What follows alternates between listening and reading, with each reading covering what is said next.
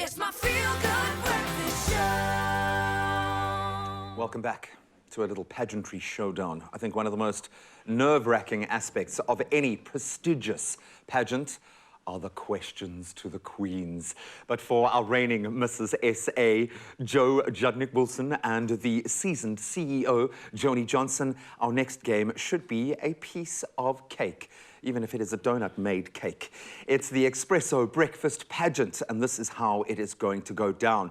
So our two contestants will be posed a random question or a statement, and they'll have just 30 seconds to give us a well-versed and very carefully thought-out response before the clock runs out. I can feel the nerves of my contestants rising as I say this.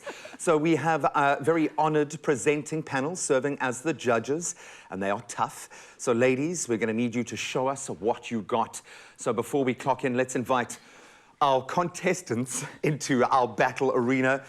Contestant number one, Jo. Contestant number two, Joni. Welcome to it. I know nerves are high. This is that moment in your career that you've been waiting for. Sure. Yeah, okay. Oh, let's get the... We better get the pose. The pageant. And we are very judgy, okay? We're not like your normal judges. We are very, very judgy, okay?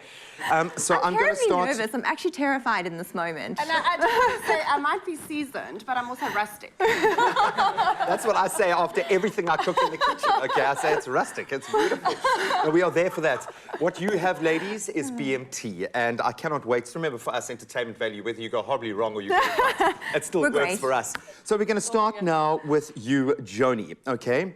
And this is a tough one. Joni, our global culinary landscape stands divided on whether pineapple indeed belongs on a pizza. Please give us your take. Pineapple, I don't think pineapple should be on a pizza. It's not my favorite. On a pizza, by itself, it's fabulous. It's got a crown, but on a pizza, not so much. And also, world peace. And world peace. Oh, brilliant, brilliant. Absolutely brilliant. Wow. You just stole my ending. That's going to be a tough one to beat. That's going to be a tough one, Jo. This is a really difficult question. As a mother, I'm sure you're aware of the joy that Easter brings to our little children, our most prized possessions. Now, after promising your kids an egg hunt on the morning of Easter, as your kids start turning the house upside down in their search for those special prizes, you realize that you forgot to hide the eggs the night before. What do you do? I blame Dad. No.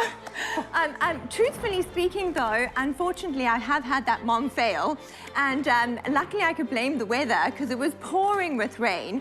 And so we diverted, like any mom can do, you know, traffic control. We called in the experts, the neighbors, the dad, the grannies, and we had it all planned. But I'm going to openly admit that I have been that mother that failed to hide the Easter eggs. But again, you know, it's not mom that hides the Easter eggs, so if any children are listening out there, I got that completely wrong. And it is, in fact, the Easter Bunny that hides your Easter eggs, and next year he will be there. Yep, he just took the day off. He just took the day off. Fantastic, and world peace. And world peace. Love it. Joni, the destructive nature of load shedding dun, dun, dun, is on everyone's lips right now, nationwide. What do you do when halfway through straightening your hair before a night out, the power cuts? Dun, dun, dun. Dun, dun, dun. That is an absolute disaster. Oh, we've had actually moments like that. You know, you've got a shoot coming up, you've got an interview, you've got something, you've got a big event, and it actually does happen. I don't really have an answer to that. I think you just wing it, you put your hair in a bun, top knot, gel it back. You know, there's things that you can do, improvise at the end of the day. That's what we have to do as South Africans. I love it. 3, 2, 1, and world peace. And world peace. Brilliant. And I love it. And world peace. One more contestant to go, one more question to go before we crown our reigning champion. Jo, sharing a communal fridge. Oh, goodness. It can be a nightmare for any office worker. We feel it every day here in our studio, just wanting to enjoy the lunch they brought for the day. How would you conduct yourself if you accidentally ate the lunch of your line manager on the day of a big performance review and you've still got a little bit of that food on your face? I think just honest, just own up to it, confess, and then of course come to the Expresso show and take the donut cake and offer a peace offering because again, world peace. World peace is what it's about. All about world peace. All about world peace. Oh, lady, okay, well, the Easter Bunny, he might not have got it right this year, but the ladies certainly have. Can we have a round of applause for contestant 1 and contestant 2? We'll leave it to you guys to help us decide who our reigning Expresso Pageant winner is this morning. But I've got to say, ladies, well done.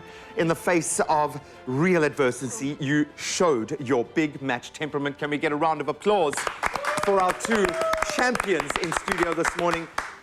You can put I'm not going to strip you of your crown just yet, girl. I'm going to let you savor every second of it. We love you, ladies. Thank you for having a little bit of fun with us. I know the questions that you get asked generally on that platform are absolute killers. So I hope this was a little bit easier than that. This is lovely. This is fun. So much fun. No, we love you for being here and representing what you do. You can continue to show some love. Let us know who you thought took our Expresso Pageant on our social media platforms while we get back into those news and sporting headlines.